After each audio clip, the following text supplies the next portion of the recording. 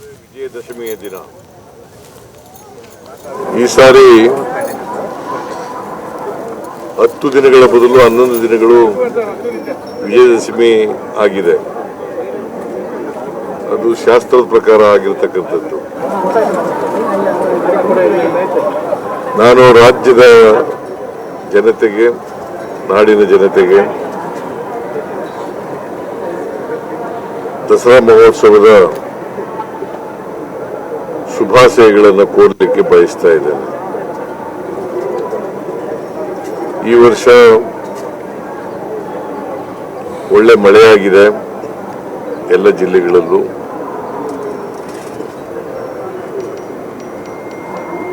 ಎಲ್ಲ ಜಲಾಶಯಗಳು ತುಂಬಿದ್ದಾವೆ.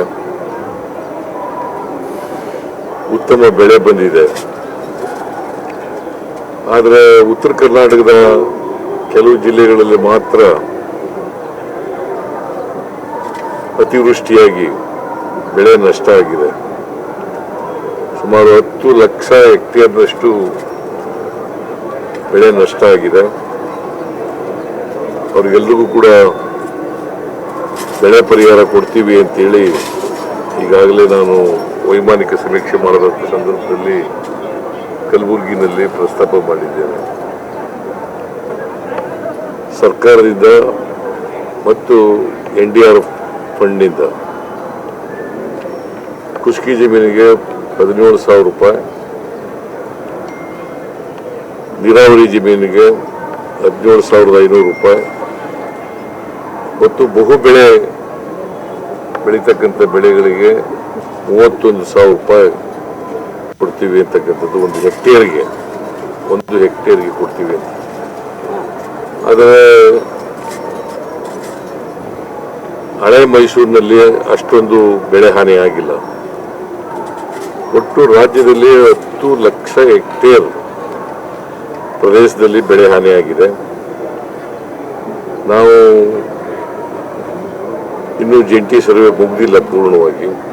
ಯಾಕಂತಂದ್ರೆ ಮಳೆ ಬೀಳುತ್ತಲೇ ಇರೋದ್ರಿಂದ ಜಮೀನುಗಳಲ್ಲಿ ಸರ್ವೆ ಮಾಡೋಕ್ಕಾಗದೇ ಇರೋಂಥ ಪರಿಸ್ಥಿತಿ ನಿರ್ಮಾಣ ಆಗಿದೆ. ಹಾಗಾಗಿ ನಾವು ಎಲ್ಲ 10 ಲಕ್ಷಕ್ಕೂ ಕೂಡ ಬೆಳೆ ಪರಿಹಾರನ ಕೊಡ್ಲಿಕ್ಕಾಗಿಲ್ಲ. ಕಾರಣ ಯಾಕಂತಂದ್ರೆ ಜಂಟಿ ಸರ್ವೆ ಮುಗಿದಿಲ್ಲ. ಜಂಟಿ ಸರ್ವೆ ಆದ್ಮೇಲೆ ತಕ್ಷಣ ಬೆಳೆ ಪರಿಹಾರನ ಕೊಡ್ತೀವಿ. ಸೊ ಮೈಸೂರಿನಲ್ಲಿ ಈ ಸಾರಿ ಹೆಚ್ಚು ಪ್ರವಾಸಿಗರು ಬಂದಿದ್ದಾರೆ ದಸರಾ ನೋಡಲಿಕ್ಕೆ. ಇದು ವಿಶ್ವವಿಖ್ಯಾತ ದಸರಾ ಮಹೋತ್ಸವ, ವರ್ಷಕ್ಕೊಮ್ಮೆ ನಡೀತಕ್ಕಂಥದ್ದು. ಈ ದಸರಾ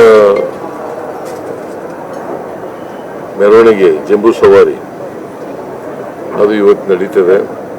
ಈಗ ನಂದಿ ಪೂಜೆಯನ್ನು ನೆರವೇರಿಸಿದ್ದೀವಿ. ಇದಾದ್ಮೇಲೆ ಮೆರವಣಿಗೆ ಪ್ರಾರಂಭ ಆಗ್ತದೆ. ಆಮೇಲೆ ಅಂಬಾರಿ ಮೇಲೆ ಚಾಮುಂಡೇಶ್ವರಿ ತಾಯಿ ಪ್ರತಿಮೆ ಬರ್ತದೆ. ಅದಕ್ಕೆ ಪುಷ್ಪಾರ್ಚನೆ ಮಾಡ್ತೀವಿ. ಎಲ್ಲ ಪ್ರವಾಸಿಗರಿಗೆ ನಾನು ಸರ್ಕಾರದ ಪರವಾಗಿ ನನ್ನ ವೈಯಕ್ತಿಕವಾಗಿ ಹೃತ್ಪೂರ್ವಕವಾದಂಥ ಸ್ವಾಗತವನ್ನು ಕೋರ್ತಾ ಇದ್ದೇನೆ.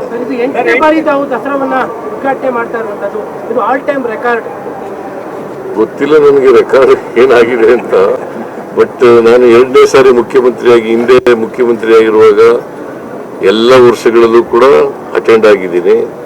ಮತ್ತೆ ಈಗ 2ನೇ ಸಾರಿ ಮುಖ್ಯಮಂತ್ರಿ ಆದ್ಮೇಲೂ ಕೂಡ ಅಟೆಂಡ್ ಆಗಿದ್ದೀನಿ 3 ಬಾರಿ.